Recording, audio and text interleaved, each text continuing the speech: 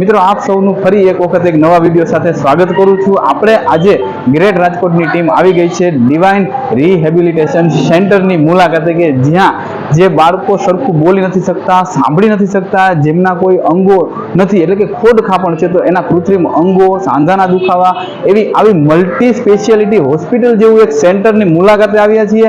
અને ઝડપથી વધારે સમય નહીં લઉં, આપણે હોસ્પિટલની વિઝિટ કરીએ, સેન્ટરની વિઝિટ કરીએ અને કઈ કઈ સારવાર થાય છે, આપવામાં આવે છે, એની આપણે ડિટેલમાં જાણકારી અહીંયા ડૉક્ટર પાસેથી પણ લઈએ અને તમને એની સારવાર જે થાય છે એ પણ લાઈવ તમને બતાવીએ। તો ચાલો ઝડપથી આપણે જઈએ અને મુલાકાત કરીએ।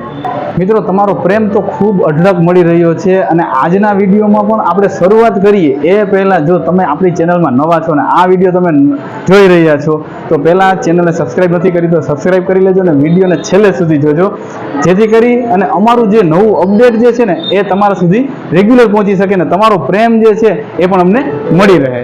મિત્રો, ડિવાઇન રિહેબિલિટેશન સેન્ટરમાં આપણે અત્યારે આવી ગયા છીએ અને ફર્સ્ટ જે સ્પીચ થેરાપી છે ડૉક્ટર કુંજ દ્વારા આપવામાં આવે છે, તો સૌપ્રથમ આપણે એમની સાથે વાત કરીએ અને આ ટ્રીટમેન્ટ કઈ રીતના થાય છે એ એમની પાસેથી જાણીએ। અમારી યુટ્યુબ ચેનલમાં આપનું ખૂબ સ્વાગત છે। તો સૌપ્રથમ અમારા દર્શક મિત્રોને જણાવો કે જે લોકોને સ્પીચ થેરાપી એટલે કે જે અવાજ જે છે બરાબર એ થેરાપીનો કોઈને પ્રોબ્લેમ છે તો એ કઈ રીતના અને કેટલા પ્રોબ્લેમ પહેલાં તો આવી શકે અને એની થેરાપી કઈ રીતના તમે અહીંયા આપવામાં આવે છે? ચોક્કસ 3 વર્ષ સુધી બોલતું નથી બાળક, તો એના માટે સ્પીચ થેરાપી હોય। પછી એના ઘણા બધા કારણો હોય, સાંભળતું ન હોય એટલે ન બોલતું હોય, ઓટિઝમ જેવી કોઈ તકલીફ હોય તો પણ ન બોલતું હોય, કે થોડુંક માનસિક વિકાસ ઓછો છે તો પણ ન બોલતું, એવું બધું હોય એટલે એના માટે સ્પીચ થેરાપી હોય।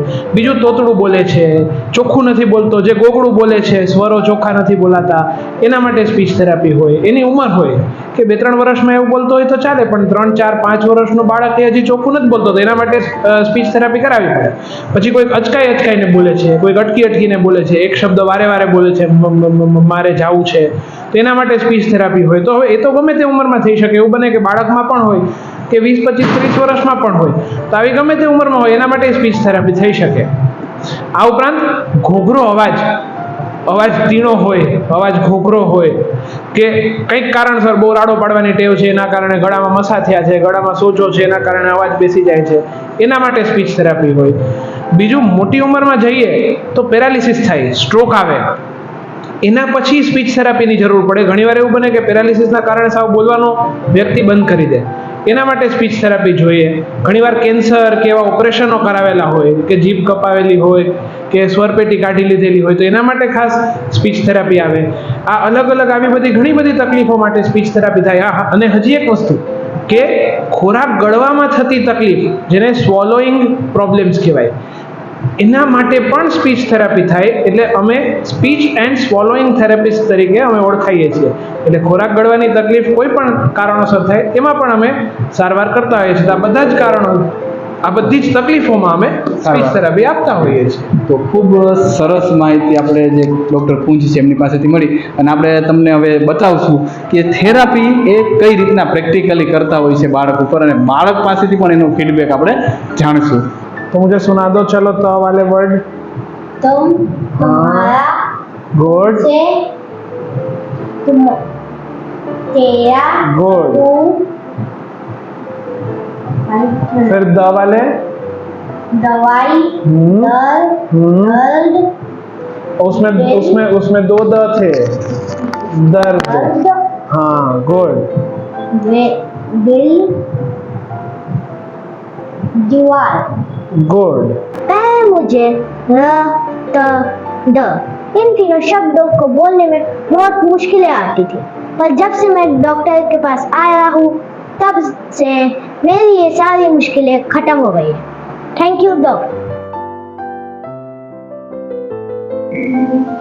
સાંધાનો દુખાવો હોય, સ્નાયુનો દુખાવો હોય, કે ફિઝિકલ ફિટનેસની વાત આવે, કે પછી જે સેરેબ્રલ પાલ્સી કહેવાય, કે જે બાળકોના અંગો છે, આ રીતના હાથ થઈ ગયો હોય, કે પગમાં તકલીફ હોય, સરખી રીતે ચાલી ન શકતા હોય, એમના હાથના જે સ્નાયુઓ છે એ સ્ટ્રેચ થઈ ગયા હોય, તો એની કમ્પ્લીટ સારવાર, ફિઝિયોની કમ્પ્લીટ થેરાપી જે છે એ અહીંયા આપવામાં આવે છે। મારું નામ ડૉક્ટર કૃતિ છે અને ડિવાઇન રિહેબિલિટેશન ફિઝિયોથેરાપી સેન્ટરમાં અલગ અલગ પ્રકારની કસરતો અને અલગ અલગ પ્રકારના ઇલેક્ટ્રિક મશીનો દ્વારા અદ્યતન સુવિધા ધરાવતું ફિઝિયોથેરાપી ડિપાર્ટમેન્ટ છે કે જેમાં અલગ અલગ સારવાર પેશન્ટને અપાય છે અને પેશન્ટને ખૂબ મદદરૂપ થાય છે.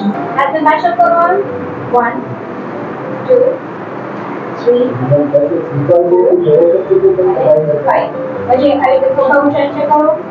1 2 3 4 5. રૂપે કહો.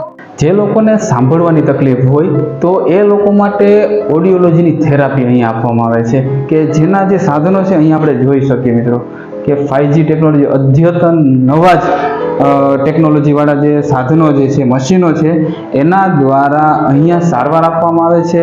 અહીંયા પણ અલગ અલગ જાતના જે સાધનો જે છે એ રાખવામાં આવેલા છે કે જેની મદદથી આપણે જે સાંભળવાની તકલીફો છે ને એ દૂર થઈ જશે અને તમને સચોટ રિઝલ્ટ પણ મળશે. મિત્રો નેક્સ્ટ જે ડિપાર્ટમેન્ટ છે એ રીહેબ સાયકોલોજીસ્ટનો ડિપાર્ટમેન્ટ છે જ્યાં ડૉક્ટર ખ્યાતિ પટેલ જે છે એ આમની જે સારવાર છે આપે છે. તો મેડમ તમારું સ્વાગત છે. અને આ જે સાયકોલોજીની સર્વિસ થેરાપી જે છે એમાં શું હોય છે?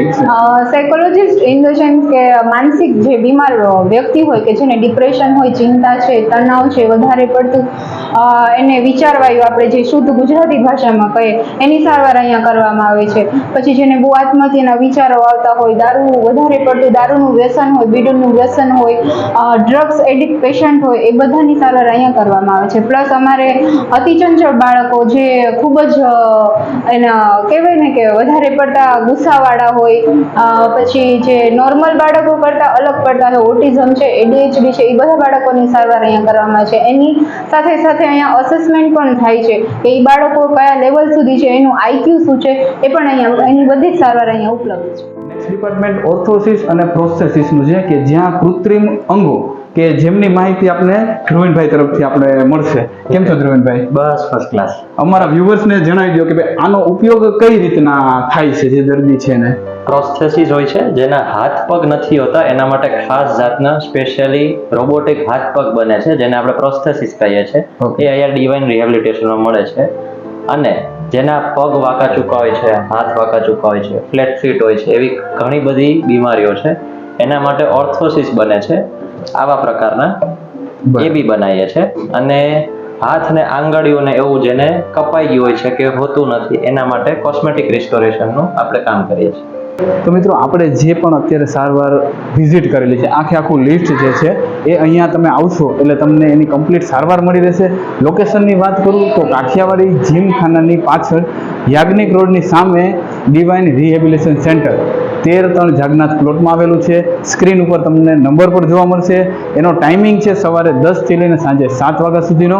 તો તમે આવો ત્યારે અપોઇન્ટમેન્ટ લખાવી અને તમારી જે તકલીફ છે એની સારવાર માટે અચૂકથી એક વખત મુલાકાત કરજો. આવા જ અવનવા વિડીયો અને અવનવી સરસ મજાની માહિતી સાથે નવા વિડીયોમાં ફરીથી મળીશું. ત્યાં સુધી જય હિન્દ, જય ભારત.